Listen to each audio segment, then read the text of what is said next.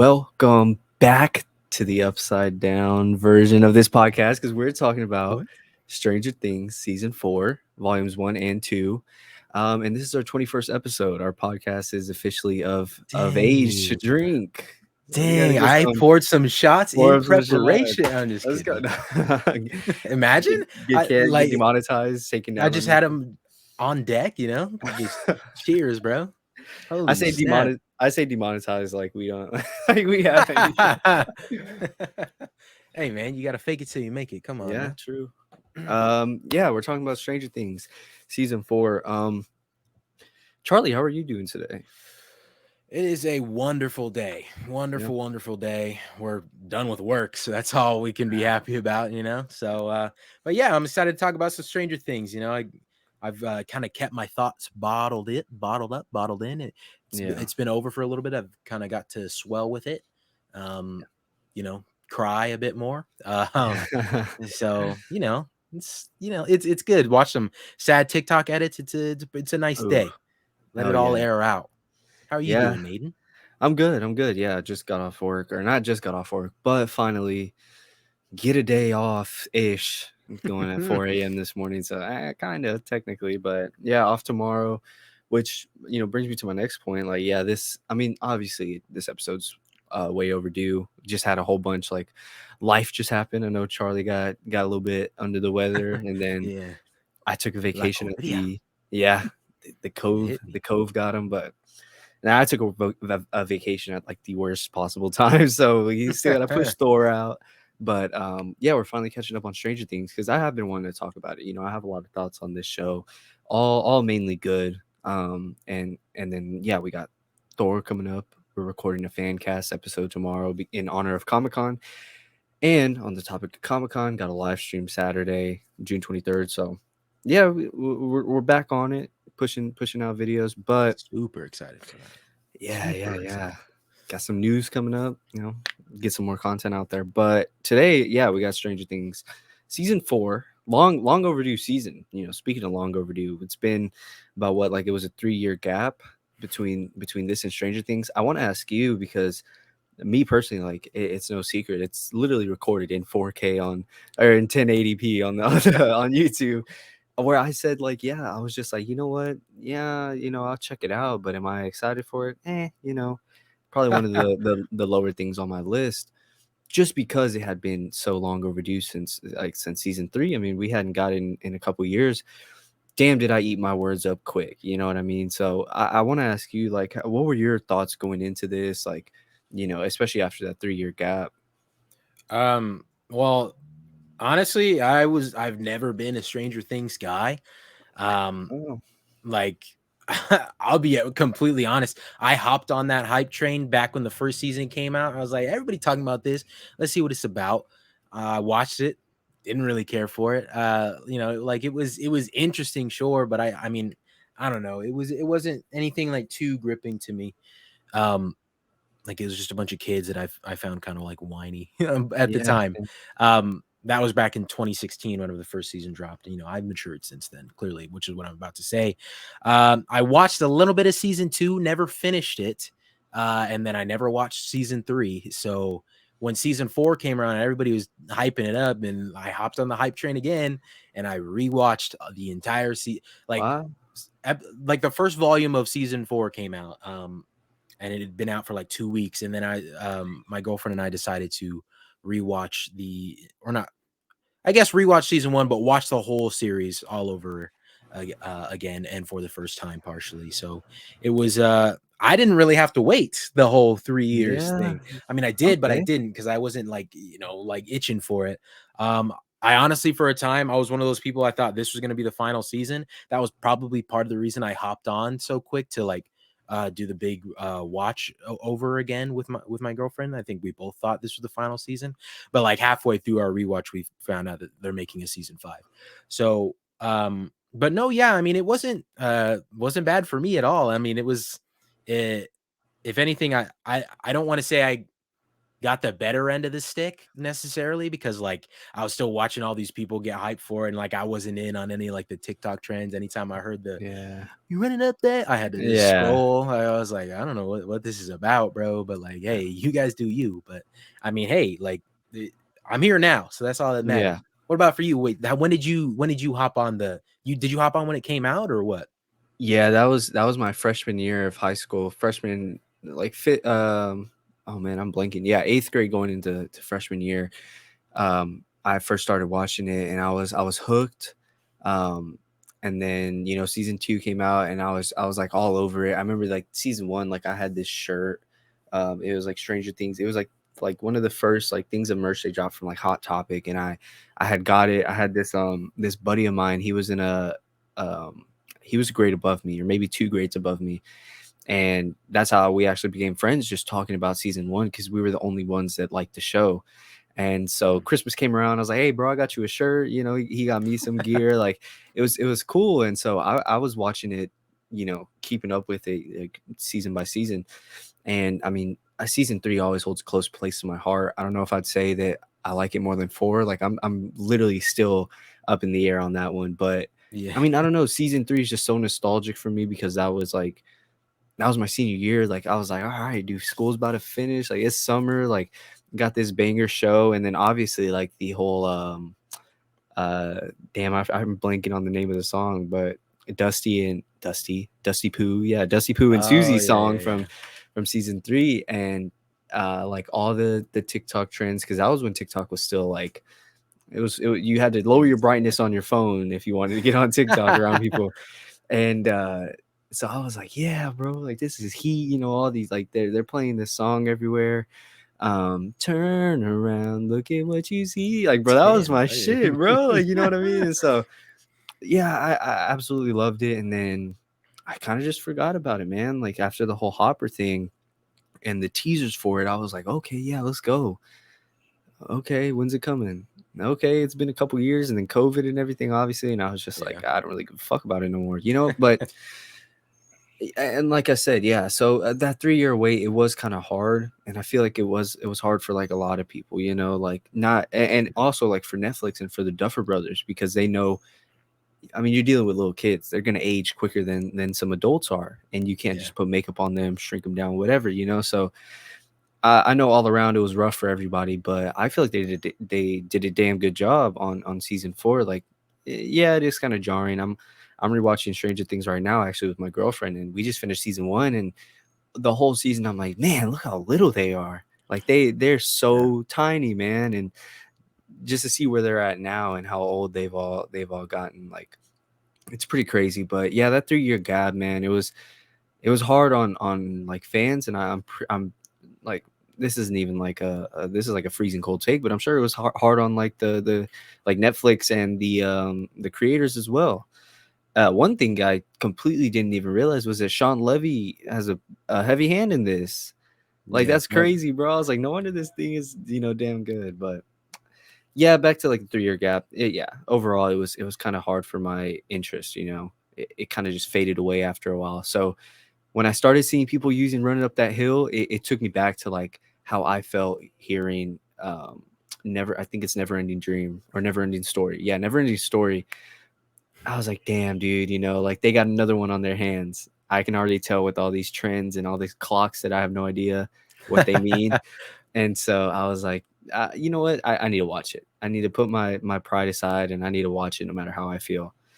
First episode, yeah, this shit bangs. Keep me in this all day. Like I binge watched the whole volume 1 in one day.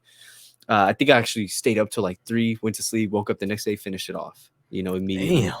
I was drawn back in because yeah, I do love this show. But it's interesting that you're kind of more like you're fairly new to it. So Yeah. um, yeah, it'd be nice. How did you feel binge watching it and just going straight from 3 into 4? Um, I mean, it was definitely nice because, like, I'm not an impatient person, but it's everybody gets that feeling, like, Yeah. for example, I watched the show called Barry on HBO. Mm. I had just started it in March, like end of March, and or no, middle of March I started it, and I finished it by the end of March. right about when Moon Knight was coming out. And then I was like, I knew a season 3 was greenlit, and I was just wondering when it was coming out. And luckily, it started airing end of April. But I was like, yo, that's kind of mad annoying. I should have just Yeah. waited a little bit longer, you know? Yeah. Like it's like that kind of level of impatience is kind of close to what I have. So this was nice, just being able to bounce right into it. Um, and like I was like itching to get to mostly, I I'll be honest, I didn't really like season 2 Yeah. either. Nah. Like the first 2 seasons for me, they're they're a lot slower, and it's hard for me to be engaged in it.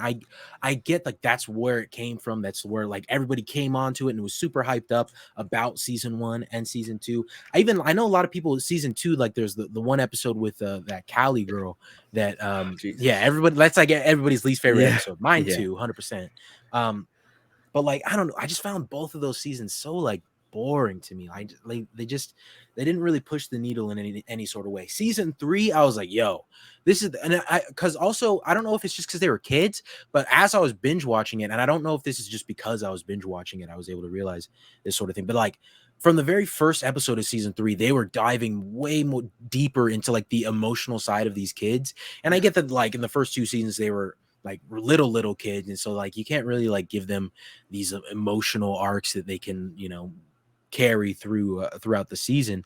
Other than I guess Will really got that with the whole shadow monster. But um it was nice because like I was really just like itching to get over 1 and 2. I didn't know season 3 was going to be better, and I was kind of like worried that it wouldn't be, but I really loved season 3. I don't know, it just seemed more colorful and vibrant too, like with the Yeah. mall and everything that was going on. I was really liking it. I also just feel like they went different places. Like they had the pool thing with Billy. They had I think at the hospital as well with those goo monster thingies, which is also the shadow person, but whatever. Yeah, no, like, but I mean, just being able to go right into season 4, or volume 1 of season 4 rather, it was really nice because like I wanted so badly just to catch up with everybody else on TikTok so I could watch all these TikTok trends and like understand them, because I Yeah. just saw people floating and I was like, what are we doing? This just seems goofy to me. Yeah. And I finished it at about like a month away from volume 2. Actually, no, it was probably like 3 weeks, 2 or 3 weeks, something like that. So I really didn't even have to wait long for volume 2. But I definitely think, I mean, anybody would probably have preferred to watch it that way. Like I know there's the whole debate about the binge model versus the weekly model. Um, but I would argue there's certain things that I would argue the binge model for. Overall, I would say like watching it week to week is probably better in terms of like long lasting impressions. Oh But you yeah. do get like I feel like sometimes you get the shows that are the binge model that are just wildly successful, and I think Stranger Things is one of them, and I think the other two, or the other one, is Squid Game. And you still haven't seen it, have you? Nah. No, you haven't. Okay, well, Yeah. still Squid Game, that was a binge thing, and it was also a Netflix thing. So Netflix has both of the properties that I think have done this successfully. So I mean, for as much as as much as people want to talk down on the binge model, I think what Netflix has, a lot of the time it really works. Whoever they Yeah. have telling people to make shows and whatnot. But Squid Game, bro, that was like, oh my god, that was like uber popular, like probably more so than Stranger Things. That went on for like 2 months worth Oh of just yeah. people nonstop talking about Squid Game and like making the little pick a licky game or whatever. I Yeah. forget what it's called. They were doing that. They were doing all sorts of the other game stuff. People made Roblox levels or whatnot. People made stuff in Minecraft. Mr. Beast did a video on it. Like Yeah. that was like, that's all Netflix, and it was all a binge model TV show. So it's like, I know I'm getting away from the question you asked me, just how I No, got you're into good. it, Yeah. but Yeah. it's just I don't know. I feel like it all sort of ties together, and so I enjoyed being able to binge watch it, and I don't think it was like, but I also think that like the people that got to watch it or had to wait, I don't think that they look back on that experience as like so agonizing of a wait. I'm sure right when it, like as it was happening, it might have been a bit of a problem for them, but I don't think it was too big of an issue. I mean, granted, I'm not one of those people, so I can't speak for them, so I don't know. Yeah, I mean, I really like what they had down with this season, splitting it up into volumes and not like a halfway point or not like whatever. They gave us the first seven, ended it on a crazy cliffhanger that we were like, no, we need to see this now, and then giving us a little month, having everyone theorize, keeping the name going, and then boom, it drops even bigger, even more trends, even more engaged with like the audience and stuff, and like the conclusion and everything, and especially like I mean, I guess we're getting into full spoilers here. Spoiler warning. I mean, we love the season. That's our spoiler free review. Amazing season. We've talked enough about it, but like to get into spoilers, like yeah, seeing like Eddie's death and everything that happened with Max and all the performances the kids gave off, especially Lucas, and like to drop that bomb and then have like people talking about it even more. That's already a span of 2 months of Yeah. how like the show being talked about, and so I really like that because yeah, you binge watch volume one in one day or 1.5 days. Okay, then you probably be talked about for a couple more weeks and that's it. But dragging it out a month, giving us volume two the next month, then you got another month on your hands for people to talk about it. I mean, look at us. You know what I mean? And so Yeah. yeah, I think that's really good. I'm interested to see if they did that for Emmy reasons, because I know Better Call Saul kind of did that little break too, where they cut it off on, weirdly enough, episode 7 as well, off a big cliffhanger, and then we were just like, no, we need this, give it to us, like we need this now. And then July 11th, and granted, both shows got racked up a ton of Emmy nominations, rightfully so, but I don't know enough about that like to talk to speak Yeah. on it. Yeah. Like I'm acting like I do, but I'm interested to see how they go about season 5, if they're going to do it again like that, if they're just going to go the straight binge model, all in one release. So um that'd be interesting to see, but I actually kind of liked how they did it this season. It was Yeah. painful waiting this couple weeks just to say like, dude, I was praying Steve didn't die. I was like, please, man. Like, and now even rewatching Stranger Things with my girlfriend, I keep telling her, I was like, we were watching season 1, and I was like, Steve's my favorite. I was like, this is my favorite character, hands down. This is my boy Steve right here. And he's over here like breaking Jonathan's camera. He's letting his friends paint like Nancy, the slow wheeler, Yeah. and she's like, this dude's a piece of shit. What are you talking Yeah. about? Like I like Man, she no. going She's like, she fuck looking at you Steve. different after you say that. Yeah. And I'm like, nah, just wait, please.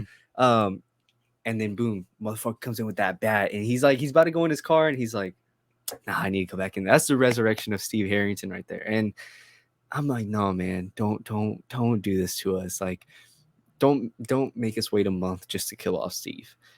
And then they said, no, we're gonna do something worse. We're gonna kill off Eddie, and we're gonna Yeah. twist that knife until you feel it with that dialogue. And so I liked it, as painful as it was, I really liked it.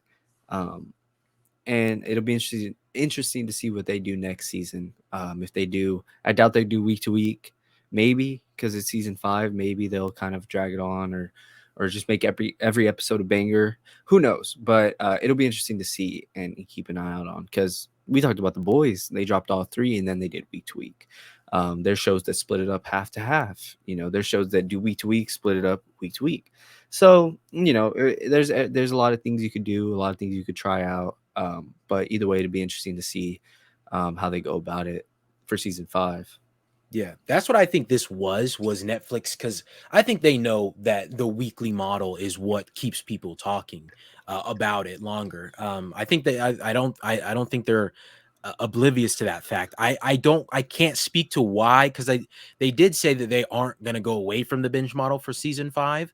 Um, but they also didn't like specify whether they're going to be doing this kind of thing again or whatnot. But I do know that they said they're not going to stop with the binge model. So that's an interesting, because I know that they know that the whole weekly model gets people talking for longer. So I think this was like them dipping their toes in like a different format of doing it. And I mean, I think it worked, because I think volume 2 dropped right when the sort of TikTok passion, the internet passion for it was really like not at the very bottom of its decline, but just on its way there to the bottom. Yeah. So it dropped at the perfect time, I guess is what I'm trying to say. Volume 2 dropped, and like I I would say now, like volume 2 hype has kind of dropped off. Same time though, still not really. Like Joe Keery was just on Jimmy Fallon last night talking about it. And it's Yeah. been like 2 weeks, over 2 weeks since volume 2 came out. So they're still talking about it. Everybody on TikTok's talking about the white boy of the month, Joe Keery Joseph right Quinn. now. Oh, I thought Yeah. Joseph Quinn. Well, sorry, yeah, I guess, yeah, Joseph Joe Quinn Keery. and And people, Joe Keery. I guess Joe Keery is like every All time of new them, Stranger bro. Things All comes of out, them. and as well Yeah. as Vecna as well, like Jamie Campbell. So Yeah. it's like, as much as like we want to talk shit on this, like on this binge model, like it I think Netflix found a way to do it, not properly, not that there's a proper way to do it, but they found a very effective way of doing it. And I wouldn't be surprised if they decided to do that again when season 5 comes out. I don't know if it had anything to do with the Emmys though. Maybe like I could see it though, because like now they're going to be in this year's Emmys and next year's Emmys. So like maybe, Yeah. um, but I'm actually, to bring it back to the earlier question about like the wait time. Now I'm in a place where I am going to have to wait because season Yeah. 5 isn't going to come out until like 2024, or something Yeah. like that. So I'm interested. How are you feeling? Because now you have to wait again because you already Yeah. did have to wait. So like, what is that like for you? I always find like that kind of rough, like with any show. I mean, even like the boys kind of suffered the same fate. I absolutely love that show. Season 2 is a banger. And then but then again, season 2 came out in like what, 2020? And Yeah. so after the finale, I was like, oh, that was fire, but now comes the waiting game. And then out of nowhere, they're like, hey, season three's coming. And not to say that I wasn't hyped for it, but it's coming out around Kenobi, around other things that have my attention. And it's like, okay, yeah, the boys, like, I'm gonna check it out, but Right. And then, I mean, I texted you, I was like, hey, bro, the episode, like 3 episodes just came out. Like they come out in like an hour or so. And even I didn't know that until the day before. Yeah. And No. then you were like, oh, all right. And it ends up being one of the best shows that's come out this year. And So so that's the thing with the waiting game. And then I didn't even get a chance to rewatch seasons 1 and 2. Not that I even would have had time with everything else, but like that's the thing. Like, what about when season 5 comes out? Am I gonna have to rewatch all 4 seasons? Am I just yeah. gonna have to trust my gut and go into it the same way I did this season? So, um, it sucks, man. I hate. That's what I hate about like things like this. Like No Way Home, bro. We're probably not gonna get another Spider-Man movie until maybe 2024. I don't want to say 2025 because Sony loves pumping them out. But I mean, even with Tom Let him Holland's wait. schedule, yeah, and stuff like that, like that's the name of the game. The good thing about it though is that okay, Stranger Things is over, but now I can watch Better Call Saul and appreciate that. And then Better Call Saul's over. Okay, well we got some Star Wars shows coming out and stuff like that. So you kind of hop around and eventually you push it to the back of your mind. Yeah, no matter how good any of it is. I know the boys hype is starting to kind of die down a little bit. Yeah. And in a couple months, it's going to be on the back of people's minds until season 4 comes out. And so that's always how these things go. So it does kind of suck because I absolutely love this season. Has a ton of emotional moments that it's going to be hard to push to the back of your mind, but it's going to happen. You can't hold on to this until season 5 comes out in 2 years. So yeah, the waiting game always sucks, bro. Especially even just those 4 weeks we had to wait from volume 1 to volume 2. That was rough, like I said Yeah. earlier. But yeah, that's the name of the game. Waiting game sucks. So I guess we could talk about the show now, which we've kind of dabbled into it a little bit. I mean, what were your overall thoughts into like coming into season 4? I know, like, especially, as we're talking, you binge watched it. And then going into season 4, where does it kind of rank for you and like your overall thoughts on it? Um, you know, I had expectations going into it, just like coming off of season 3 and like seeing like Elle lose her powers and that type of thing. I already knew about Hopper and I knew he was still alive. So that wasn't really like an emotional thing for me. But so going into this season, uh I also saw Vecna. I knew what Vecna looked like. So I was expecting big things because it seemed like Vecna was like a way more terrifying threat than the Shadow Monster was. and I was like, I was just excited because Elle already lost her powers, and I was like, how are they gonna, like, what's the deal here? And I remember I saw a lot of imagery of Max, and for some reason in my head I thought like, did Max get powers now too? Uh, Like at the time before I started it, but um overall, like I mean, obviously I really enjoyed it. Like this, I even think stepped up the whole emotional moments that started with season 3 for the kids, like their emotional arcs. I think this stepped it up tenfold. Even just starting out with Max like seeing the counselor and whatnot, and you see that, like, that the whole thing with Billy really is like getting to her, if not already got to her, so. And it's like you kind of don't really think about that, because all you think about at the time is like, Eddie's a piece of shit, or not Eddie, yeah, sorry, Billy's a piece of shit, Billy. and so it's like you kind of don't care for him, but like you still care for Max, and like how she might have, because she did play that well, I will say, in season 3 as well. When Billy was dying, what's her name, Sadie Sink, she played that Sadie very, Sink. very well. But watching that, you kind of think like, oh, okay, Billy's a piece of shit. It sucks for Max, but like we're gonna move on. She also didn't like Billy that much, so like I get that it was like her, and they were only stepbrother and sister or whatever, so it's like she'll move on. But then we dive into this, she hasn't moved on, and like I think they build up to Max's character in a very, very great way in this. And I also love like Elle, like since her powers are gone now, um and she has like this normal life, so quote unquote, she's being again, I know people, not again, but people have made like little jokes about the bullies in this show. Yeah. I, it's really corny. It is corny the way they're bullying her. But just setting aside that fact, the fact that she's even getting bullied at all, and like she's living like this normal life, you feel so bad. And it's like she tries to push her with the powers, and it's like you feel cringy, you feel Uh, cringe, and but you also just like, oh my god, that really sucks, dude. Like she's relied on these powers her whole life. Every time she's yeah. like needed to get out of a jam or something like that, and she just feels so powerless in that moment. She like that's when her powers really shine most, is when she feels powerless, and so she tries to use it right there, and she just embarrasses herself more. Yeah. um but like there's little things like that across the entire season is what made me love it so much. And just to jump to volume 2, like with the whole Will situation, I know Oh, there was a lot of controversy around that. Not controversy in the sense like people didn't like it. I mean, I'm sure there were people that didn't like it, but controversy as like whether he was gay or not. Like they just seemed to be like dancing around it. But that scene in the car was so beautiful, because like he's going on this like, big spout to Mike, trying to like help Mike uh get his like mojo back up or whatever. And then like at the very beginning, you're like, yeah, he's just a really great friend. And then like the way Noah Schnapp plays it, oh my god, dude! Like you, about like a quarter of the way through the conversation, you're like, wait, this is more than that. This is different. And then to top it off, he like turns away and just starts bawling his eyes out.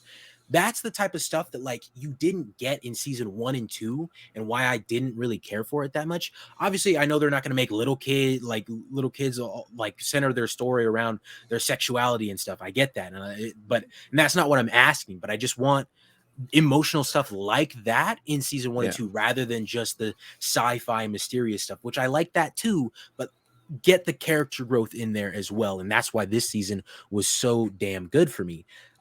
If I had to rank it, I mean, it's like a 9.5 out of 10. I don't want to give it a perfect score. There's a couple of things I have a gripe. I'd actually give it a 9, not a 9.5. There's a couple Yeah. of things I gripe with that we'll probably talk about later. Just like involving characters and deaths and what they're not Yeah. willing to do and that type of thing. So, Yeah. I mean, overall, like again, I'm not trying to invalidate my opinion just because I wasn't like that big on season 1 and 2, but this was really, really well done. Um, Better than it was an improvement from season 3, and I didn't think for the most part that they could do that. Like all these new characters they introduced, they do have a very great way of making you care about them. Oh I yeah. didn't care about like watching Eddie in the first episode. I will admit I was like, okay, this guy's a little bit too flashy, too like loud for me. I don't really like. I don't Loud. vibe with this. Yeah, I was like, Yeah. this guy's just kind of annoying. But then like you see the song like this when he first watches Chrissy die, and like you see his like how horrified he is and how scared he becomes. It's like all that whole facade of like him like waving at the bully and acting like he doesn't give a shit just goes away. And it's like Yeah. that is the great shit, the multiple layers to these characters that you love to see. I love to see. And so it's like it was amazing. Like I don't know, bro, nothing short of amazing Yeah. this season was truly. No, I totally agree. I don't know. I was kind of conflicted on Eddie. I didn't hate him. I didn't have a problem with him, but I actually thought he was a pretty cool addition. I was like, you know what I was thinking the other day? I was like, I wonder if they brought Eddie in and they killed him off because they were too scared to kill off Steve. They wanted to kill someone off. They wanted to kill off one of these older figures and somebody that meant something, that meant a lot to these kids. So why not introduce someone let's have them be their Dungeons and Dragons leader, like, and have them be close to Mike and Dustin, and especially Dustin. We can't kill off Steve. We know killing off Steve, like, that would hurt Dustin. Why don't we bring someone in as like kind of a replacement death that would still give Dustin that feeling, that would still give these kids and the audience this feeling. And I mean, damn, I don't know if they just knew they had a banger on their hands with a character like Eddie, but everyone fell in love with him, bro. Like that. I don't know if that was a stroke of luck. Like, imagine if everyone hated him and they were just like, who cares that he's dead? But damn, they got lucky with how the audience reacted, because there's still a lot of. I mean, I still see a whole bunch of things on my For You page about Eddie. I mean, I sobbed, dude. That's the hardest I've cried all year, and that's with shows like Kenobi and shows like Better Call Saul. Which, granted, Better Call Saul has more like depressing moments and like crying moments, but like someone who's so passionate about stuff, like, I mean, I cried harder than I cried during No Way Home, seeing seeing Eddie die, and I don't And know why. Yeah, go I'm ahead. sorry to cut you off. I just want to say, No, like, yeah, I think that's important because, like, both Kenobi and No Way Home, like, they have seeds in your life from back from when you were a kid, you know? yeah, And so it's like, just even adding that, like saying that you cried more and felt more with Eddie than you did at No Way Home or Kenobi, like those are big things that you've waited, not necessarily that you ever thought like when you were a kid, oh, I can't wait to see him in 20 years or whatever, yeah, but like just the fact that you saw them again yeah. and they had these emotional things in these movies and shows, and this hit more for you, and this has only been part of your life since you were a freshman, you said, Yeah. like that's crazy. Yeah, and you know what? I will say one scene that I probably that probably has gotten the most out of me was Andrew catching Zendaya. That I'll say I give an exception for. I Okay, sobbed that's a good uncontrollably in exception. theory. The only reason I think I sobbed more is because I was in the comfort of my own room, my own house.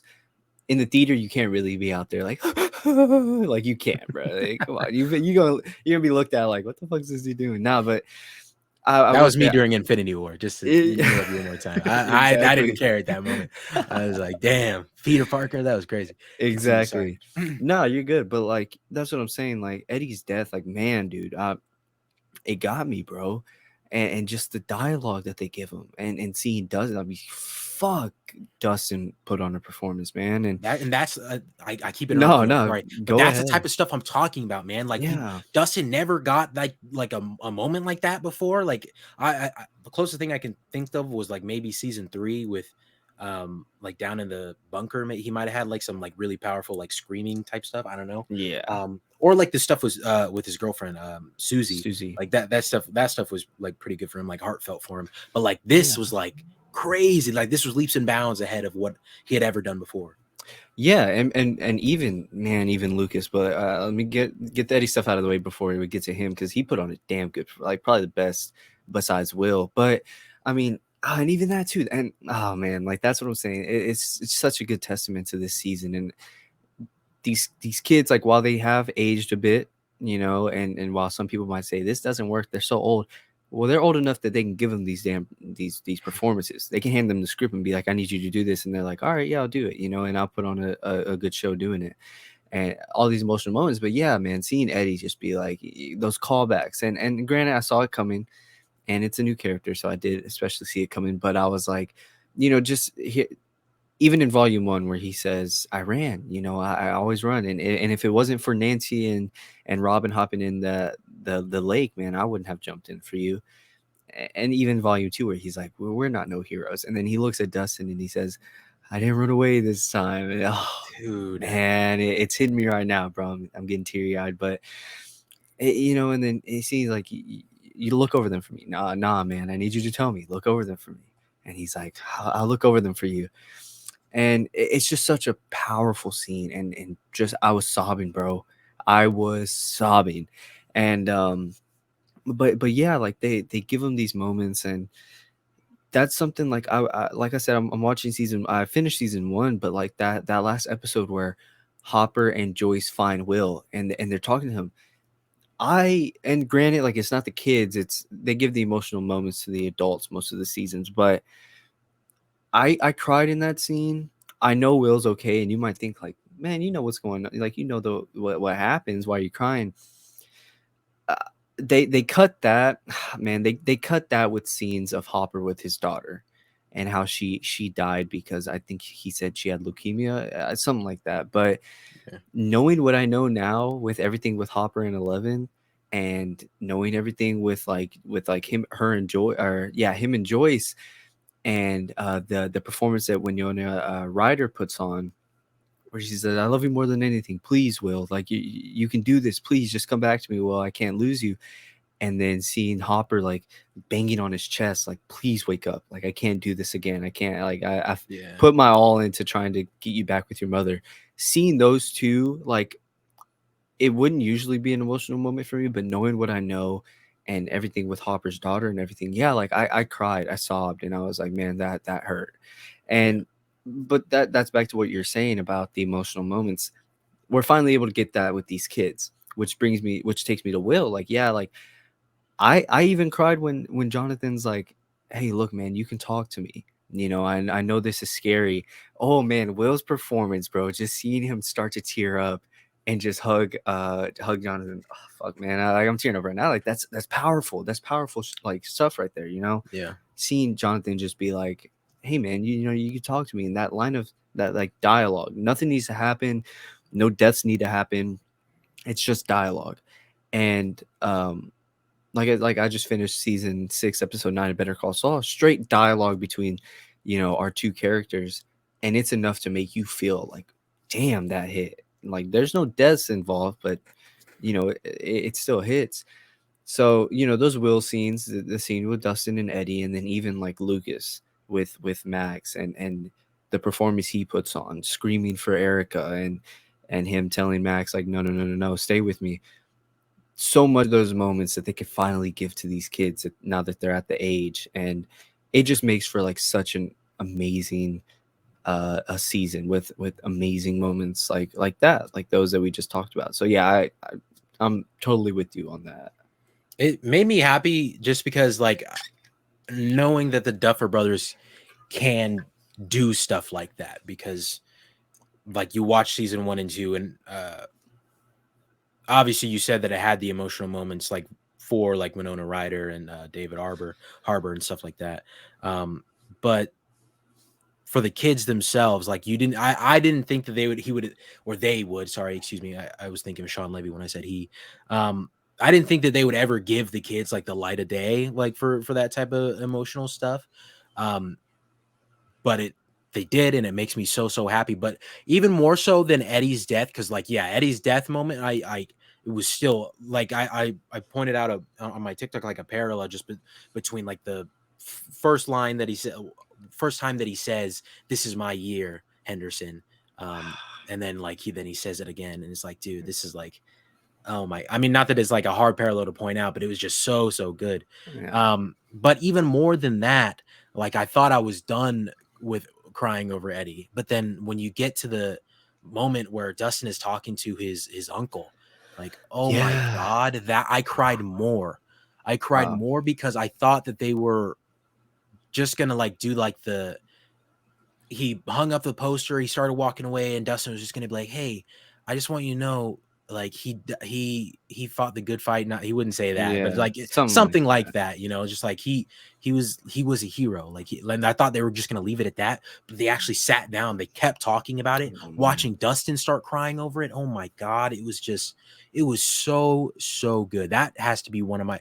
It's not the top. We still haven't talked about the top emotional moment for me. Yeah. Um, I but think we might have the same. I think we might yeah, have the yeah, same. Yeah. it's just like, but that was like, oh my god, it was just Yeah. that was so good in every sense of the word. And I mean, there's even like little things to like that like make you happy. I know we're talking about just like the super sad stuff, but like seeing Robin like when they're fucking making the sandwiches and like that girl comes up Oh, and then I they just thought. start.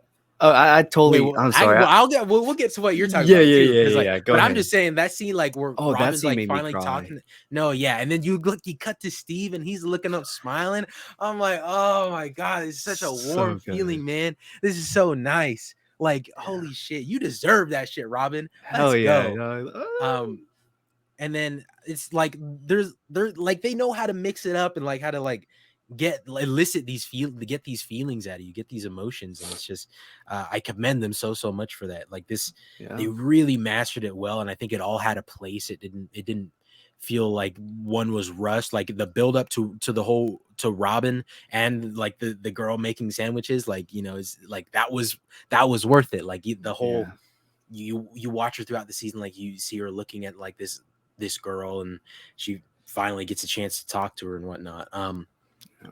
But I don't know. Well, sorry, you say your Robin thing. I was gonna jump to the most emotional moment thing I think we Oh, had, but you say your Robin thing first. I want to. What was your nah. Robin thing you were talking about? So, I for some reason I thought you meant like I thought you were switching over to like the height When she, moments, the yeah the and okay so I see. like the Vecna stuff. But no, like real quick, yeah, like and now that I think about it, man, that's like because we're about to get into the other one, but that's five big like not even big, but like not maybe six, two with Will, and then Lucas and Max, Dustin and Eddie, and then Dustin and Eddie's uncle, and then Robin and Steve at the end. Well, so seven. Oh, goddamn. But yeah, like that Robin scene, man. Like I saw it and I was like, oh, this is sweet. And then it cuts to Steve, who just had to see Nancy go back into Jonathan's arms, who has nobody, still puts on a smile for Robin because he cares about her as a friend, and still is still happy for her that she got to at least get her moment. I started crying, dude. I started crying again, and like I said, that's coming off the heels of Dustin and Eddie's uncle. Seeing that, man, I'm a sucker for those moments, man. Like I'm a huge sucker for everything that happened with Will and everything in the car, and then Will and Jonathan, down to Robin and Steve. Just knowing that these people are getting their representation, and it must be Yeah, hard as a kid growing up in the Middle East or the Midwest in the 80s, having to be closeted. Like, oh my god, bro, like yeah, that sentence alone could make anyone be like, ooh, yeah, like it's hard. yeah, It's a hard ass thing. So to see them get those moments, and just knowing that there's people out there that can relate to that stuff and feel seen by that. Because I was listening to this podcast and people were like, you know what, I was a kid in the 80s that had to grow up in the Midwest. um, and I think one of them even said like I was friends with this guy, and he would like we were best friends, and he was always talking about like how bad these girls were treating him, and I just wanted to tell him like, look, like I'm here for you, like I am in love with you, but he can't tell him that, and he yeah, said seeing that Will scene had him gone, like him and his boyfriend were done. And it's just moments like that, like it's like, man, that's so powerful, and so like, yeah, that Robin scene, I totally forgot about it, but I was crying then too. But take us to this scene, 'cause I feel, oh man, yeah, I feel like I know dude. what you're talking This, oh my god, this one was all I like. This one was giving me flashbacks because to this day, there's still one. I'm a huge nerd, obviously. There's still one scene that like it's been almost 10 years, like 2 years shy of 10 years, but it's been almost 10 years and I still can't watch this scene to this day without tearing up, not even tearing up, without crying. So that's the Peter and Gwen's death scene in TASM 2. For all of TASM 2's problems, that scene is like one of the most beautifully directed scenes or like shot or created with CGI, however it is, Yeah. whatever it is, most beautifully crafted thing in a superhero movie that I've ever seen. I will stand by that wholeheartedly. And this scene that I'm about to bring up just was giving me hardcore flashbacks to that, and I think this will go down as one of those scenes for me too, that every time I watch it I will cry, because this was, oh my god, just it was played so perfectly. And I know it was just said that like there was some improv within it. um I think with Lucas's character, yeah, with Caleb McLaughlin, shouting for his sister in that moment. But we all know, I think I just spoiled it there. But the moment when Max is dying, and oh my god, the lead up to it too, I think set it up perfectly. We're watching her.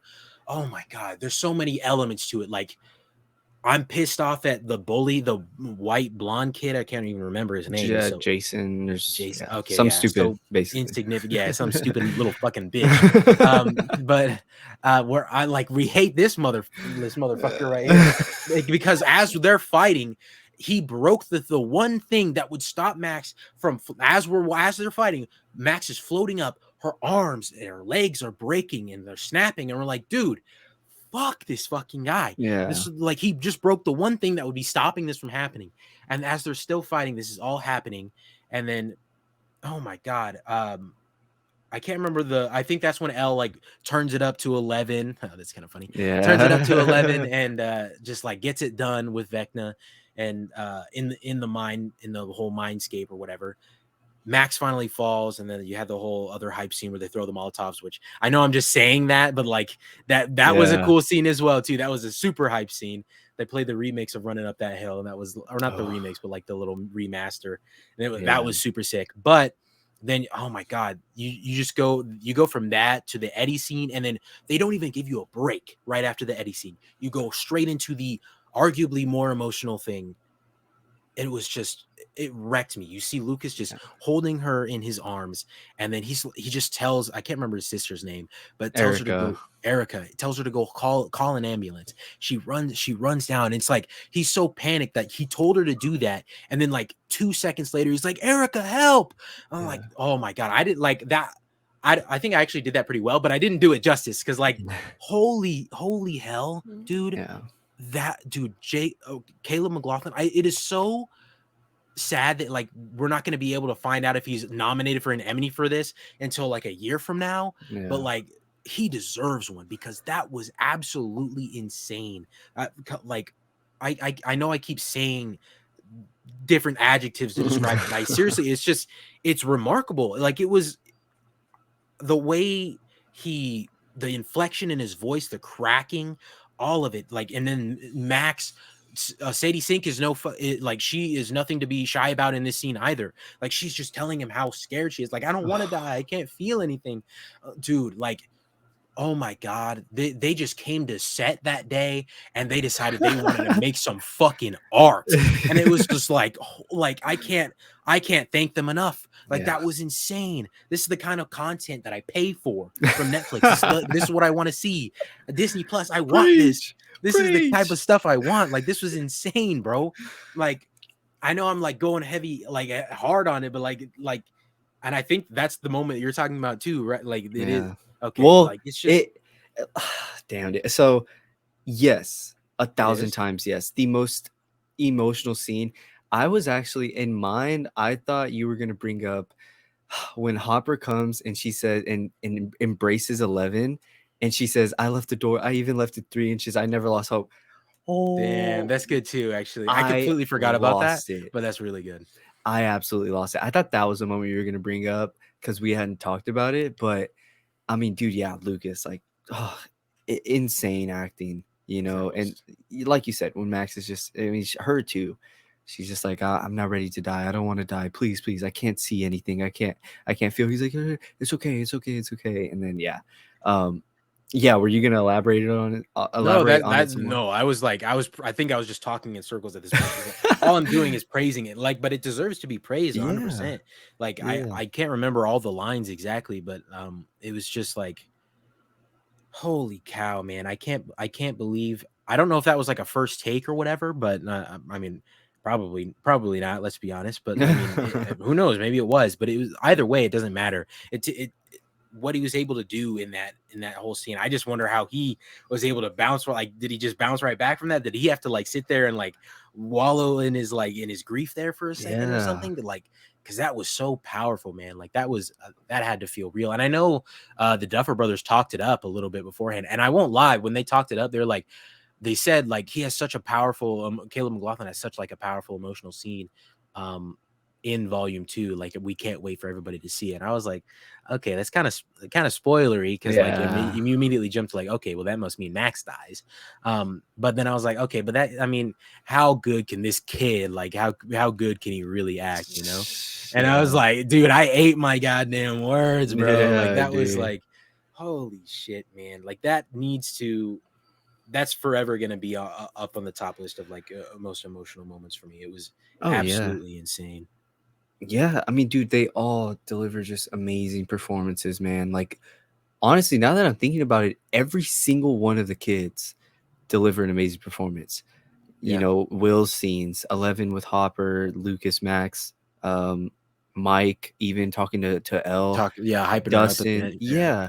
But yeah, that 11 scene, man, I cried just as hard as I did with Eddie and Max. I Okay. cried at that scene because I had been waiting for that. And even watching season 1 and 2 right now and seeing the beginning of their relationship, I keep telling my girlfriend, I'm like, "Oh, I absolutely love them." And then, I'm just like, I can't wait to get to the season 4 with her, because like mainly not even for like all the other scenes, but that scene, because the whole keep the door open 3 inches, that was like so popular when the show was Yeah. coming out back then. And honestly, when I thought you were talking about mirroring two scenes, it's funny that you mirror like Gwen and Peter with Lucas and Max, because I was mirroring like the whole "I love you 3000," because I absolutely lose it when he looks at Morgan and he says "I love you 3000." That's the hardest I cry in Endgame. I was Mhm. mirroring that to "I kept the door open 3 inches." And so I thought that's what you were Okay. going for. And then I was like, oh, he wasn't. So, yeah, whenever we just see Hopper walk in and 11 goes from like freaking out about Max to like just, oh my God, like seeing a ghost, and just Yes. embraces him. And she's just like, I kept the door open 3 inches. I never lost hope. And he's like, I know, I know. Oh man, it I is like, and hard sorry hitting. to cut you off, but No. I also love how they didn't like immediately try to have like all these questions, like have Elle ask all, how are you alive? Like, oh my Yeah. God, I thought you were like, instead they just let the emotions be emotions. And that's just so good, man. It's a Yeah. testament to them, honestly. It really like, Phenomenal, bro. and I But know this is a little bit off topic, but like the Duffer Brothers, like they just Netflix just announced that they're gonna make another movie version of the Death Note, and like I'm excited. I mean I yeah. don't watch anime, so like I can't, like I never even saw the first live action Death Note, but Yeah. I mean I know a lot of people are, like talking down on it, but like Duffer Brothers, like they're showing they can write, bro. Like you Oh got me yeah. tripping. So Dude. I'm excited, Hell yeah. 100%. But yeah, like it's an amazing scene. And then they even pair it with some stuff where she's like, you look like you she says something along the lines of like, you look so like, and he's like, not fat. And then she just like starts laughing and she's like, your hair, and he's like, yeah, like I was copying you, and he runs his hands through her head. And it's so amazing. But I mean, yeah, like we can't talk enough about how amazing all these death scenes are, and like the phenomenal acting and everything. Um, let's talk about Vecna, man. God damn, was this man such a good villain? I'll say real quick, dude. Like, I love that I just love, we have a Stranger Things villain that can talk and that has a face and that is like kind of humanized, and is not Yeah, just like a mustache twirly, I want to take over the world. Like, no, he has motives, and he has like depth and like purpose, and like they give him a whole background, they tie him into like our characters, so it's not just like a random mind flayer. Like, and granted, they do say like, yeah, it was him all along, and even in season 1 he's there, like he yeah, has the long hands and everything, the one long hand and the not. But damn, dude, he is such a good villain, bro. And the fact that whole suit is practical. Like that whole entire suit is practical. Go look up some behind the scenes videos on like the interviews they did with Jamie Campbell Bower, who is a handsome man, bro. Like, oh, like damn, man. I'll give credit where credit's due. But like, yeah, they show behind the scenes, and he's walking around, and he is Vecna. There's no like dots on him or like mocap. Like, no, it's all him. And the only VFX they put on him is like the vines on him. But man, Vecna was a treat this season. I'm so glad he was our villain, and that we have a villain that has a face and that can interact with our characters. Yeah, I've been on record saying I think he's like one of the best villain designs I've ever seen. Like it's just like it's the perfect amount of creepy, but yet still interesting. So like to the point where I don't want to look away, you know? Never, not that like I ever like, I don't think anything looks creepy enough to the point where I want to look away, but just like it's visually interesting. Like I think the tendrils that like connect his head down to like his collarbone or something like that. Like that was just super interesting and cool to look at every time. And like how they move around. I was always reminded of like the symbiote for some reason. Like it was just always, Yeah. there was always movement. And I was like, dude, this is super, super sick. But no, yeah, like unfortunately I got the twist of Vecna spoiled for me before I was watching. It's my own fault. I took too long to watch it, but whatever. Yeah. It was actually funny. I think I got it spoiled by Stranger Things themselves because they tweeted out like of Jamie Campbell like sitting in the makeup chair to get all the Vecna makeup on. I was like, I've seen that guy before. Oh, that's number one. So I was like, okay. But you know, it's whatever. Other than like, and that's another thing. I think that's super, super cool too. I personally like. I think there was theories beforehand that Vecna was the person from the very beginning, like doing all these things that took Will from the beginning. And like, my girlfriend was like super high up on the theories before Volume 2 came out, because Volume 2 is the one that confirmed that Vecna was there the whole time. But like my girlfriend was like up on the theories of like, look, when Will first gets taken, you can hear like a bell. And I was like, dude, you're Yeah. tripping. Like that's gotta be like something falling in the background that just happens to sound like a No. bell. I was in Yeah. denial. But I mean, I think it's super, super cool that they've tied it all back to that. And that's the thing. I think you said it perfectly just then. It's not some faceless like creature, which I think is probably part of what didn't really work for me for season 1 and 2, especially 2. I think 2 is worse than 1. Oh yeah. Um, and because like season 1, as far as we know, it's just the Demogorgon, and the Yeah. Demogorgon is a cool thing in and of itself. Like it's a cool design. It's like his whole face, its whole head is his mouth and whatnot. And so I'll give it that, you know. But then you go to season 2, and it's just this faceless thing that wants to take over because L killed the Demogorgon or whatever. I don't even remember. Yeah. But you know, so you cut to something like Vecna, who's an actual person. We come to find out a person that has ties to L, and then we also find out like he gives his whole spiel. And I know people made jokes because L doesn't, which also I don't know if anybody caught this, but like because I haven't seen anybody talk about it, because when he gave his whole spiel about yada yada yada, whatever he said, all we do is eat, sleep, live, die, you know, that type of Yeah. thing. People were like, Elle didn't understand any of that because she didn't know words. But they did some throwaway line about how she lost her memories in Volume 2. Yeah. Yeah. Yeah. Yeah. Papa said something about that. So I haven't seen anybody mention that, but like that's what I'll just that's just a little throwaway thing I wanted to bring up. But No. Vecna, Yeah. like that was like, I thought I saw like him being a villain coming, even though I already had it spoiled for me. I think, but beside the point, I knew as soon as he was like helping Elle get out of the facility as a little kid, I was like, okay, man, I feel like he's just trying to like, oh, maybe you could like, he's like, he rubs his neck or whatever he does. He's like, Yeah. this really sucks. I can't go with you. And she's like, I'll help you. I was like, all right, man, that's raps right there. Oh, you got me Yeah. tripping.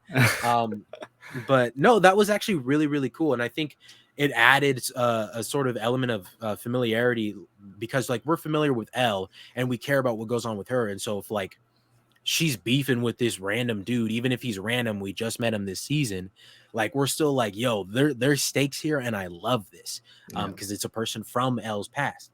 And so watching them fight in volume 2 was just like, it was so hype. Like, dude, oh my god, I can't believe I haven't brought this line up at all. Like, it could be corny depending on who you're asking, but I thought it was sick. But like, after she throws him the first time, she's like, "You touch her again, and I Oh will yeah. kill you again." I was like, "Yo, L, let's Yeah. go! This is so sick." Oh Um, yeah.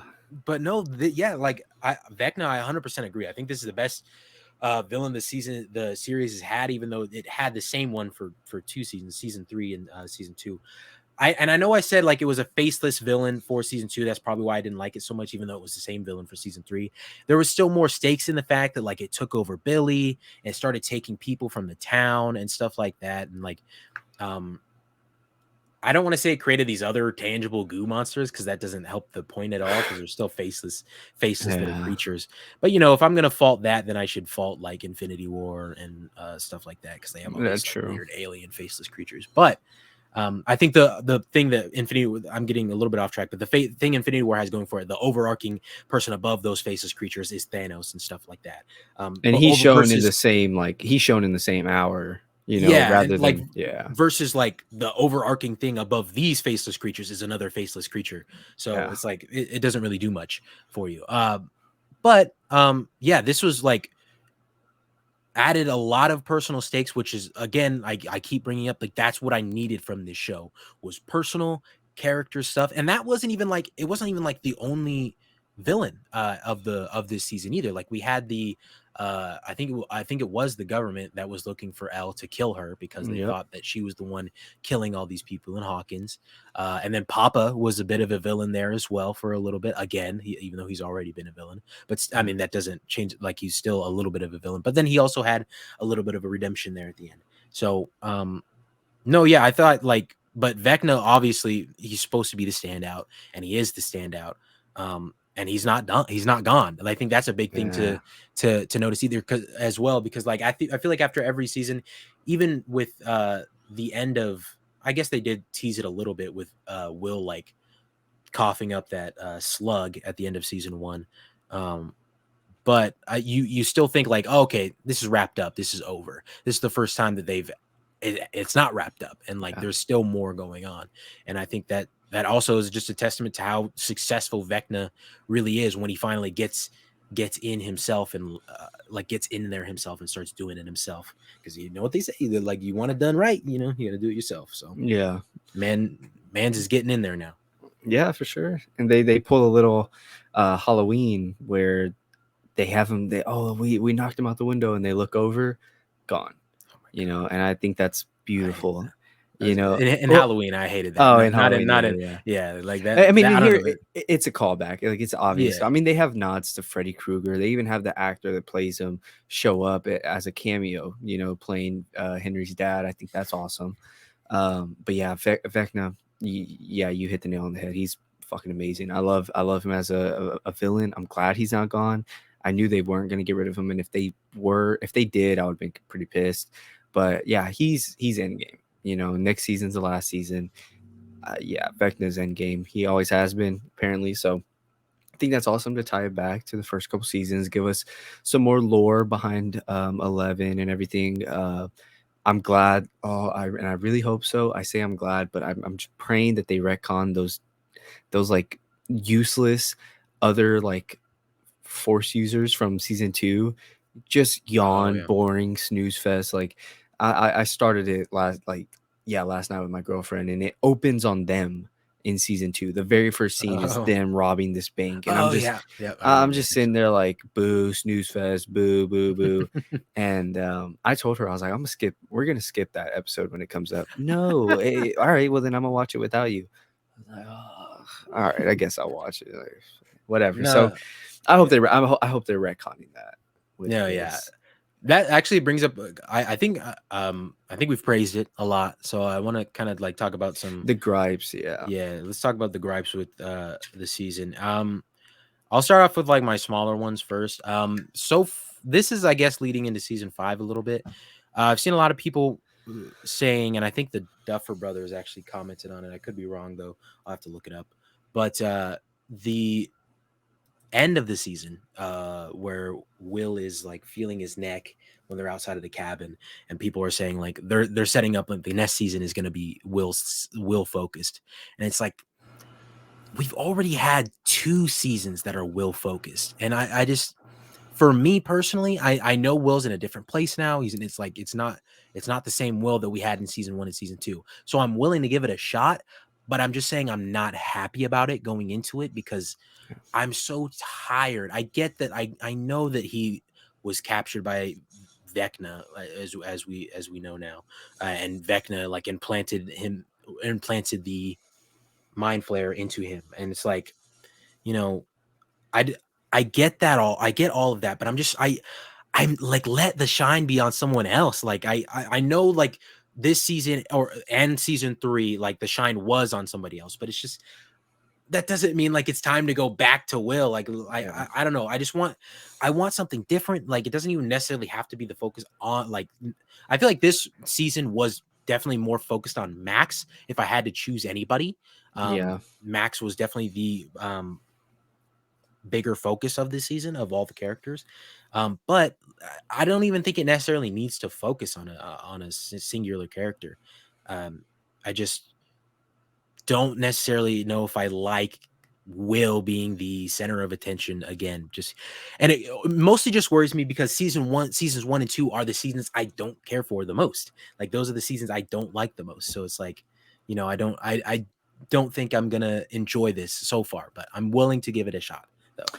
100%. That's interesting. I think season one is like a perfect season of television. I Yeah. absolutely love season one, especially just finishing it and rewatching it. Like, granted, like knowing everything we know now and going back and rewatching it is slow. It is slower. The biggest threat is a demogorgon. It's a singular demogorgon, which we see Hopper absolutely destroy this I would say season. So too. it's like, all right, the main villain's a demogorgon, and now they're over here slaying him like it's nothing. Whatever, but yeah. But I will say, like, yeah, like leave that poor boy alone, man. Like, come on, man. Like, let Will live, let him be happy. Like, what are we doing? I hope it's just like he has a connection with Vecna to where he can sense like, oh, he's here, or oh, he's not done. I hope it's not like we're gonna make Will the main villain, or we're gonna focus on him. I do hope we focus on him a lot, like just as a character though, not as like as much as we did seasons 1 and 2. So Yeah. yeah, I definitely I see that. I hope it's not going down that route. Um, I Yeah, the completely agree with you. Duffer Brothers confirmed that Will's story will have a strong focus in Stranger Things 5. So yeah. But again, I'm not willing to like, I'm not saying I'm gonna write it off right away. Like Yeah, obviously the writing is in a much better place now already. So I'm willing to give this a shot to see like maybe they'll even have like stronger emotional impacts for Will rather than just like, oh my god, I'm so scared, that type of thing. I yeah. didn't mean to make him sound like a little baby, I guess, but Nah, yeah. um, Yeah, I agree with that. yeah. Okay. So the next thing I wanted to touch on was actually the you actually made me think about it when you mentioned those people, because, and this is kind of like a nitpick. This isn't really like a whole a big problem. Yeah, It just seems like what everybody in that facility had like the same powers, and that's confusing to me because yeah, Callie does not have the same powers. So is she just the one person that doesn't have these mind invasion powers and telekinesis like number one and all those other kids have? Because that's all we saw. I mean, sorry, actually no, the first kid that Papa is helping, I think at the beginning of this season, um I can't remember what his like he Papa was like drawing something and he would like hide it from him and the kid would like guess what it is, but at the same yeah. time that could just be like him going into their minds like how Like L L does. does. Yeah, so I mean, that's my point, is like what, like it seemed like they were in season 2 they were setting up, oh okay, there's these other children too that all have like different power sets, but now it seems like they're trying to say they all had the same power sets, and so Yeah, it's really like it's slightly inconsistent. But that's why I'm saying like it's a little nitpick. It's not like a whole actual big, like I'm not gonna fault the story of or the show for yeah. that. It's just like it's a little thing that is slightly annoying to me. Yeah, I agree. I don't like those characters as much as the next. I just don't. I just think it's pointless. Keep this focus on Elle and her friends and people in Hawkins. Like, I really don't. I am dreading rewatching season 2 with my girlfriend. I'm like, let's speed this up, like, especially just so we can get to season 3, because of how awesome And say, season let's 3 is. speed this up. let's, let's wrap this thing up. But nah, like especially just to get to season 3 as well. I feel like season 3 it does so much for the relationships of all these characters, and we bring in Robin, who's a phenomenal character, and her dynamic with Steve. I think that's awesome. Like, we build up the relationships more. That way they pay off in season 4. Lucas and Max. Everything with Steve, everything with 11 and Mike, and Max and 11. Everything in season 3 is paid off so well in season 4. And even things in season 1, and they sprinkle some season 2 stuff, whatever. But yeah, I totally agree. I feel like most of my gripes with this show are nitpicks, stuff like that. Not necessarily the powers, but like everything with them, and then them retconning it. It's like, what are we gonna do? Don't bring them in season 5 and be like, no, you see, we never retconned it. It was a plan all along. Like, no, I don't want them. Like, we spent 2 seasons without them. Don't bring them back and fuck the whole show up. But um, yeah, I would say my other gripe, what I guess I'll ask you, like, what did you think about all the subplots going on?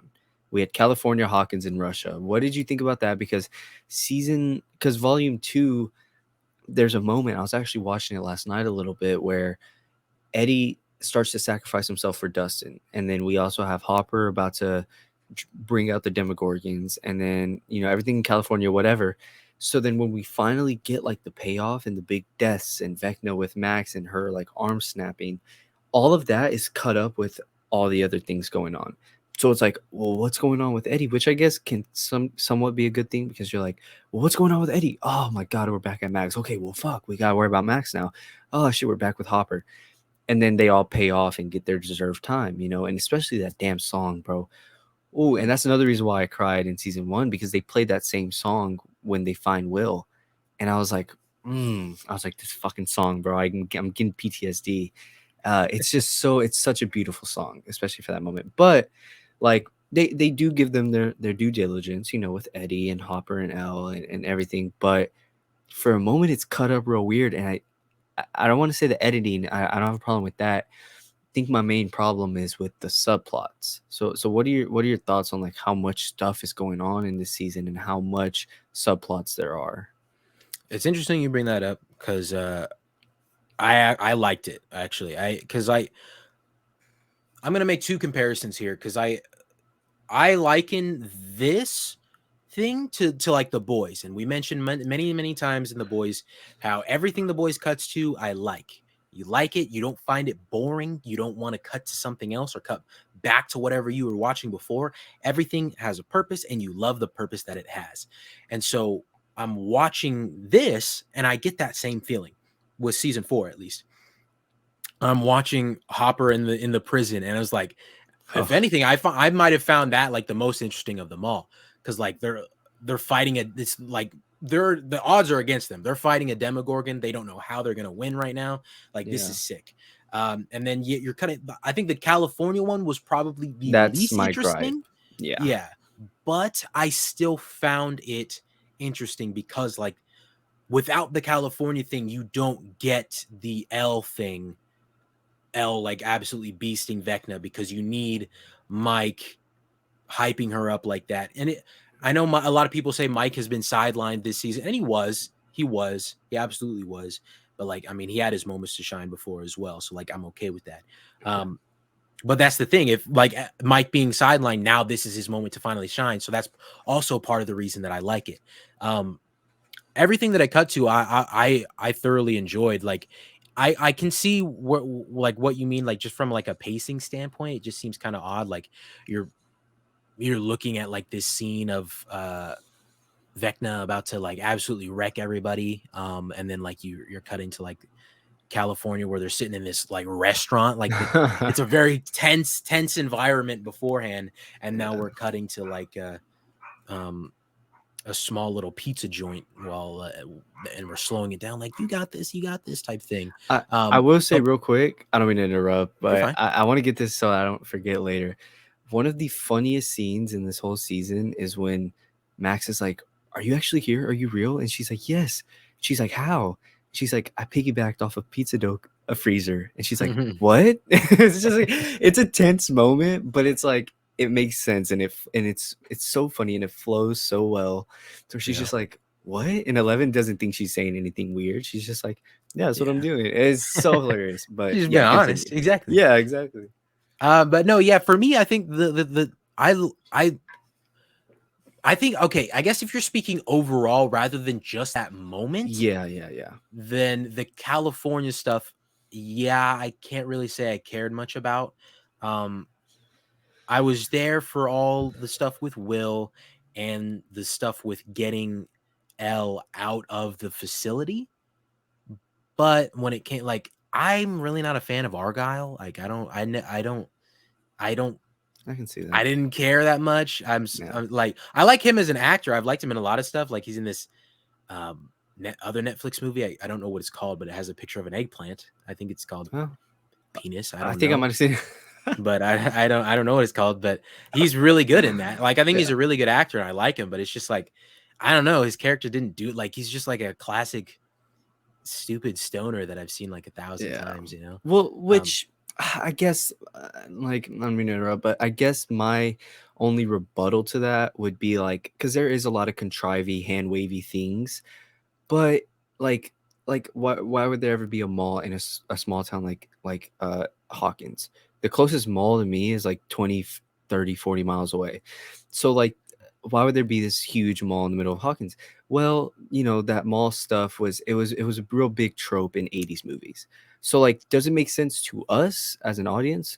Not really. It's hand wavy contrivey. oh, Does I it see make what you're saying. sense in the sense of an 80s TV I see show, what an you're saying. 80s movie? Yeah, so like the typical stoner, like, whoa, dude, like what the fuck? Yeah, yeah, that makes sense. Like the whole Vecna disappearing in a Michael Myers type way. It makes sense for the time frame. Like and all these kids going on adventures where their parents aren't freaking the hell out. Like, what the hell's going on? It's hand wavy, it's contrivey. A lot of stuff makes sense that is just like convenient. It makes sense for the trope they're going for. That's my only like kind of like That's I'll fair. let that slide type thing. But I do agree. I can see why most people wouldn't like Argyle. So like yeah, you're totally in the right for like your opinion. You know what I mean? That's I fair. I, I see. That's fair. Closest thing I could probably compare him to, and I'm not going to give spoilers for this, but Thor: Love and Thunder, Korg. Yeah, I didn't like Korg that much in true. Love and Thunder, and I feel like he was a real Korg in Love and Thunder for this season. Yeah. Damn, just gave a pity laugh. I heard Me? that. Yeah, I heard that. I was like, damn, okay. Bro, that's Nah, just how I swear that's just how I laugh no, sometimes. it's cool. I'm just kidding. But no, like he's like the one thing I did find funny was um the pineapple on the pizza thing. I found that whole exchange funny.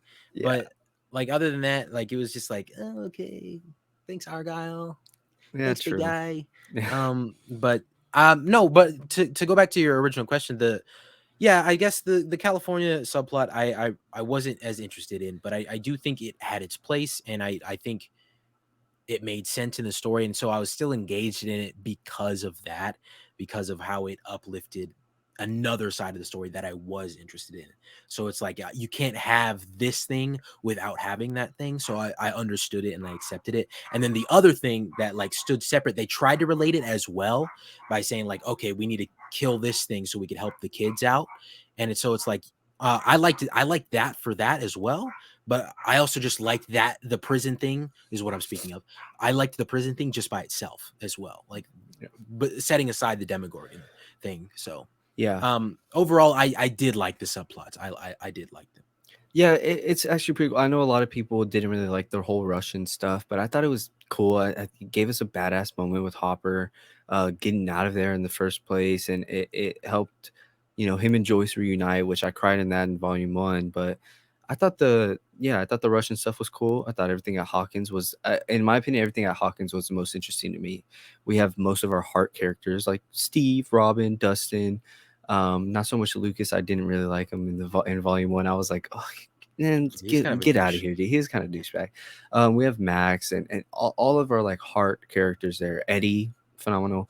Um, and they're the closest to uncovering what the hell's going on with Vecna and the lore behind them. Nancy blicked up, Nancy strapped up Wheeler, always got a gun on her, always holding that thing on her and doing whatever necessary to let the thing pop off. But yeah, we have all our awesome heart filled characters. Thought that was awesome. But yeah, the California stuff, it was just kind of like, okay. And then even some of the Russian stuff, sometimes it was like, I don't know. I guess it's just you get so wrapped up in one of the plots, it cuts away, and you're like, "Oh no, okay. Well, let me wait for this plot to build up to Yeah. something cool," and then you cut away from that. I don't know. It's just kind of stuff like that. I mean, I didn't hate it. Overall, I didn't ruin my experience. Um, I think I guess our main big gripe is like I think everyone's main big gripe is the deaths and being afraid to kill off a character. I guess before we get into that, do you have any other gripes? Because I mean, the ones I've brought up are my only ones. Yeah, that's Yeah. that's where I was gonna lead to next was Okay. the death one. So then, yeah, I guess we can get into deaths. And I touched on it earlier, saying that maybe they just, I really feel like they brought Eddie in to kind of be a replacement death for Steve because they're too scared to kill off Steve, which I get it. Like it'd be super hard. And I mean, I wish they would have killed Max. That's the main thing. It's like if you're gonna put Max through all this, unless it's send something up, excuse me, really important or really big for season 5. Right now, it's just like, man, you should have let her die, especially with that performance that Caleb McLaughlin gave. Because to have her just not be dead, it kind of it undermines that scene right there and that performance, knowing that she's not gonna completely be dead. Granted, she is blind and paralyzed, and it seems like Vecna kind of took her brain or like her soul to leave her kind of just a body. Um, so I don't know. Like that's the thing. They can't kill off any of the main cast. You bring a new character in, aka Barbara in season 1, kill her off. You bring in Bob in season 2, kill her off. You bring in Alexi in season 3, which he wasn't as popular as Eddie, but he was still loved by fans, and you kill him off. And then you bring in Eddie in this one. It's kind of I knew Eddie was gonna die in volume 1. I don't even want to say I called it because I didn't. It was kind of there in the beginning. Especially all the like I always run away metaphors and stuff. So Yeah. and he was a new character, and I knew it was coming, and so that's why and honestly, that's why I was kind of scared for Steve because I was like, damn, we see it coming now. This is the perfect time to pull the rug from underneath us and kill someone else, and so that's why I was still kind of scared for Steve. But I mean, now I'm really fucking scared. It's the last season. They don't have to worry about. And here's the thing, I'm jumping all over the place, but I feel like the directors don't want to kill them off because of how attached they are to these characters as well, and how attached they are to these actors. They don't want to kill someone off like season 3 and then not have them ever come back. Like, oh, and Billy also in season 3, not Alexi. What the hell am I saying? Billy was the main one in season 3, but they introduced him in season 2. I can get that, but I feel like that's their main thing. They don't want to kill off one of these main kids or these adults like Nancy, Robin, or Steve, and not bring them back for another season because they're also so attached to these characters and actors. Yeah. Um, that's the only thing I can think of. But yeah, it's kind of, and they've gotten lucky that they've gotten to season 4 to where people really start complaining, because then season 5 they can be like, all right, we killed them there. We don't have to worry about it. Like, this is the last season anyways. We killed them. Everyone's happy. Boom. So they got lucky, because if this was brought up in like season 3 or something, or like season, which it might have been, but not as much now, or even season 2, to where it's like, hey, we need to make death matter. Yeah. Then it would have been like, so they got lucky. They got away with it, because there's obviously going to be some deaths in season 5. Cause Yeah. it's the final season, maybe 11. Maybe we see Steve. Maybe them two die. But yeah, what are your thoughts on the whole like afraid to kill off the main cast? Well, firstly, I'll just say, like, yeah, I think it's really just kind of getting annoying to me at this point, especially having binged it, like, because like I'm sitting here and I'm like, yo, okay, one of these guys is gonna die at any moment, but Yeah. it never happens. But I wanted to you mentioned something, and now I'm completely blanking on it. So I guess I'll go back to my original point. But I wanted to talk about something that you said. I'll try to think about it while I'm saying my piece. But yeah, it's just kind of it gets kind of just like none of it really matters in Yeah. a sense, because like I don't fear for any of them. I want to fear for them, but I don't fear for any of them. People were talking about Steve potentially dying, and I was like, I mean, maybe it's a possibility, but like I never really felt like it was a possibility. I know I was saying it, but I didn't feel like it was a real possibility because Yeah. I mean, I didn't see any teases towards that other than like I guess he got a bit like messed up by the bats a little bit in volume one. Um, but it just I don't get as attached to like these new characters like everybody else does. Eddie was the first for me.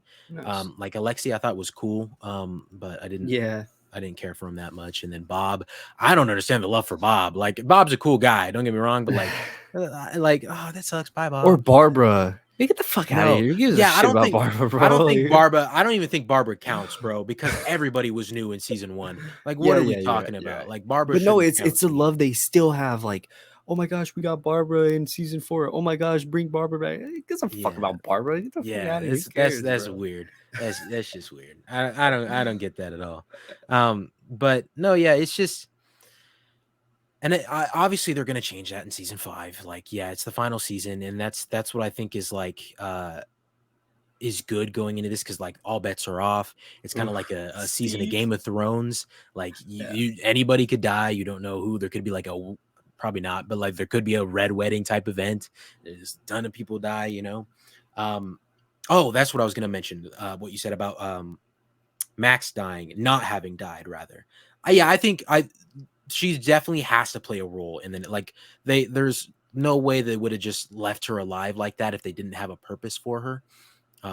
Like I don't know what that is or what they're gonna do with her. Um, but I hope that whatever it is super useful because I think you're right. It does undermine it in a way, the scene. And so if it's not something super useful for her, like if she doesn't like, I don't know how she would come out of this coma. This seems kind of definitive, but Yeah. who knows? She'll probably come out and do something like really cool and then die right away.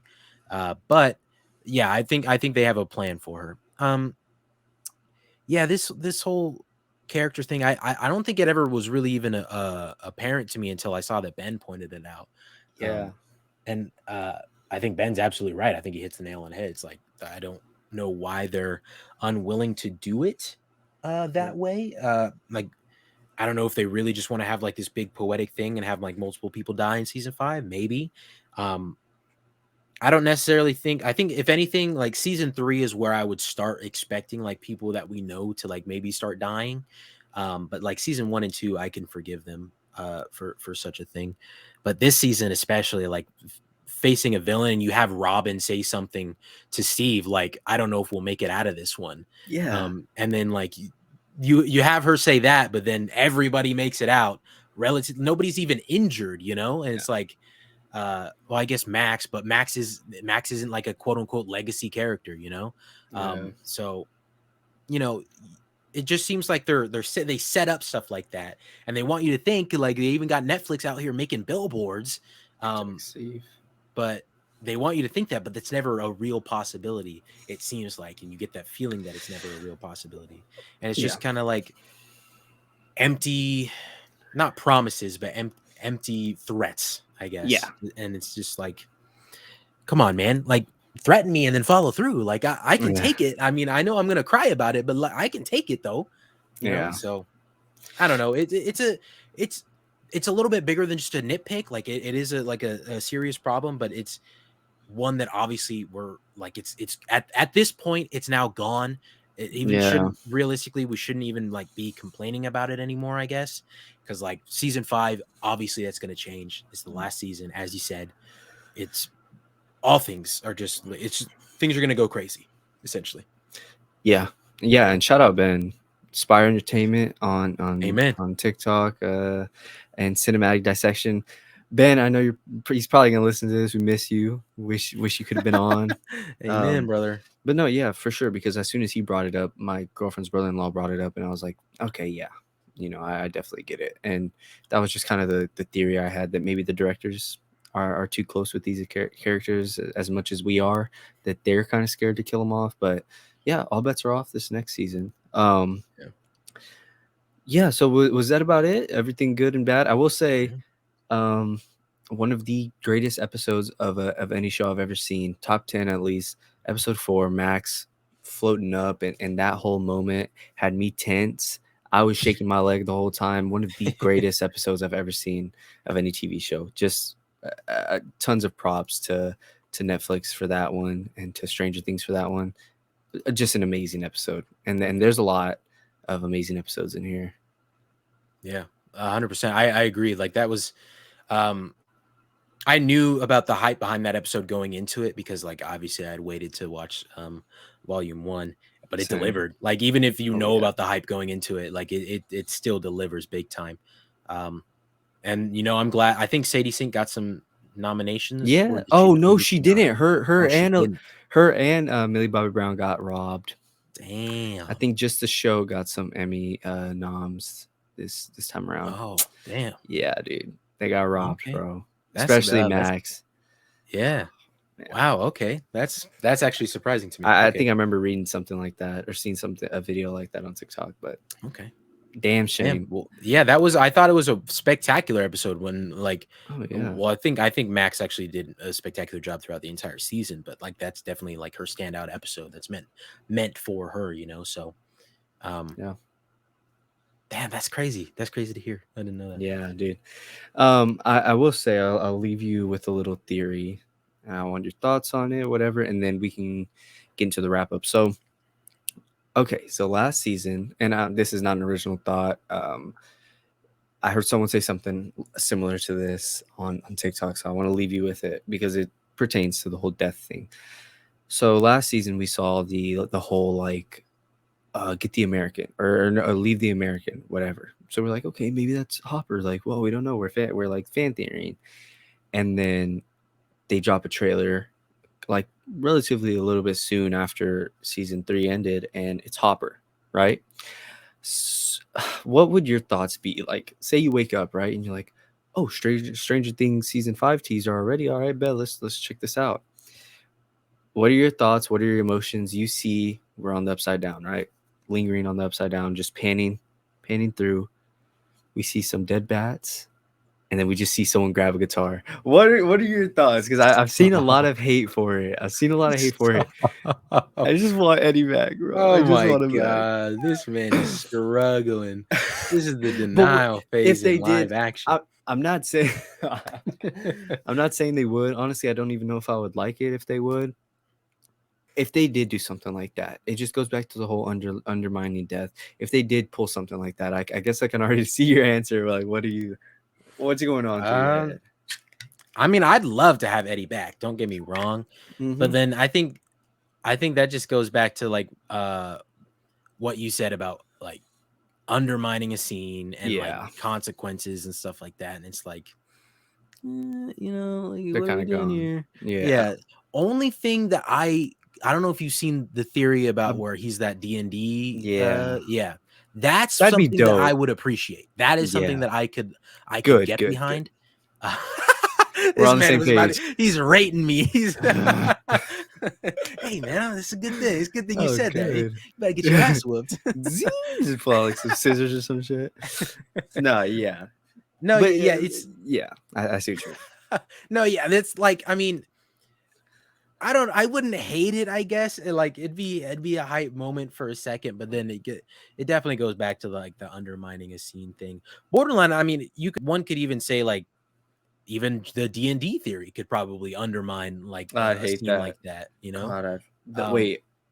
no, I'm saying like where he comes back like as the I thought D&D you were. I thought character. you were talking about the one where people are saying that like everything we've seen in Stranger Things. It's just all of our Oh characters as adults man, playing the Dungeons and Dragons. Oh, just get that shit out of here. I would, hey bro, I would, I could see them I could see them doing that. Not even yeah, being I funny. really could, and I'm kind of scared that I can see them doing that. Although since it's such a popular thing, I feel like they won't do that though. So, Yeah, I hope but not. I could be wrong Uh, though. I think did you listen to me and Ben's episode on his podcast about Volume One over this? No. So he actually said that we were talking about the theory about all them being older, and playing, and people were actually saying on TikTok they were casting who could play older versions of themselves, and we talk about it in his, and he said, and I'm curious if you've seen it, who they said they want to play 11 grown up. Did you see anybody? I don't think I saw it, but So if I had to guess, it'd probably be like, what's her name? What's her name? What's her name? What's her name? Natalie Portman. I would yeah, guess her. yeah, Okay, that's it. cool. That's who they were saying. That's a Yeah, damn good casting, bro. it is. It After is. watching Thor: Love and Thunder, I was like, I see it. I see it. Um, Yeah. I think that fits 100%. but yeah, I mean, the vampire theory would be cool. I mean, if you are gonna bring it back, I definitely don't think you should. I don't think a teaser like that would be like any. I feel like, yeah, it just goes back to everything we were saying. But I do like the vampire theory. That is really cool, and I don't like I said, like I was seeing a lot of comments of people being like, "Oh my gosh, just let it die," like, whatever. But I was like, man, I don't know. I actually like that. But now the other one, I was just like, ah, nah, like, like I want Eddie back as much as the next guy. But if you're not gonna, like, at least that one has like meaning to it. At least they actually hinted at it somewhat. Yeah. The other one is just like, there we go again. Like how do you survive that shit with like what? I don't Yeah, know. I'm exactly. fumbling my words because I'm just like, what the fuck. No, But yeah, I get you. yeah. So all right, cool. Well, yeah. I mean, man, do you have any predictions or theories for season 5? I mean, where the hell do we go from here? They said there was Um, that they were thinking about doing a time jump to the 90s. So I don't get how you can do a time jump with how we left off of season 4. yeah, I don't think it's gonna be a significant time jump because, like you're saying, like it just seems like that ending just seems like that's like an immediate thing you Like got we're to picking deal up with. on that. Yeah, Yeah. yeah. But I understand the time jump because, like, yeah, the kids are older, 100%, and you need to Yeah. like make that more believable. Not that like, I mean, I'm not. It's not like I watched this season like, damn, they look like they should be they should be Nah, I really graduating didn't college. care. Like I wasn't Yeah. watching. I wasn't like looking at it like that. Um, but they're gonna do that. Theories though. No, man, I can't. I'm really bad at theories if I'm being honest. But Yeah. um, since it's gonna focus on Will a bit more, I think he's gonna die. 100%. I think Will's I gonna hope die. not.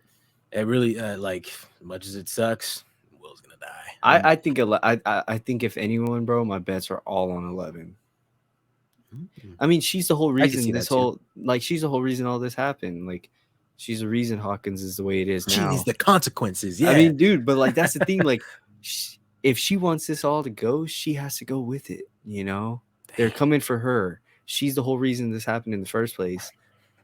I feel like obviously they're setting up for an 11 death. I really feel like it. I think if anyone is her, in my opinion. Okay. No, that's just I can me. see her. I can see her dying too. 100%. Yeah. But you know, Will's gonna die. We'll see. Put 50 on it right now and then forget about it in 5 years when season 5 comes out. Oh my god, yeah. Oh man. I'm But taking my kid to school. I know, yeah. So I Yeah. think when season 5 comes out, I'll probably be close to graduating college. That's Yeah. crazy, bro. Definitely probably still crying about all these characters, here on my Eddie stuff. But yeah, well, yeah, man, that was a super fun discussion. We came into this being like, man, I hope we have enough to talk about. It's been so long. We're going on an Yeah, hour exactly. 40. Um, One of our awesome. longest in a while. Yeah, dude, awesome discussion though. Like this was super fun. I was listening to some episodes about Stranger Things the other day at work, and I was like, you know what, man, let's do this Stranger Things episode. I love talking about this show. Absolutely love this show. I grew up with this show. Like I said, I started this my freshman year of high school. I'm going on to my junior year of college, and I'm still so captivated by these characters and by this story. and I'm not tired of it yet. You know, give me another season. If you call it there, make it a damn good ending, and let the show go down in history as one of the best things Netflix has given us. So, absolutely love this show. Excited for season 5. Any closing thoughts? Yeah, this season was absolutely spectacular. I think it was the best season the show has ever had. I think I made that a point in the video, and I'm excited for season 5. Super, super excited for season 5.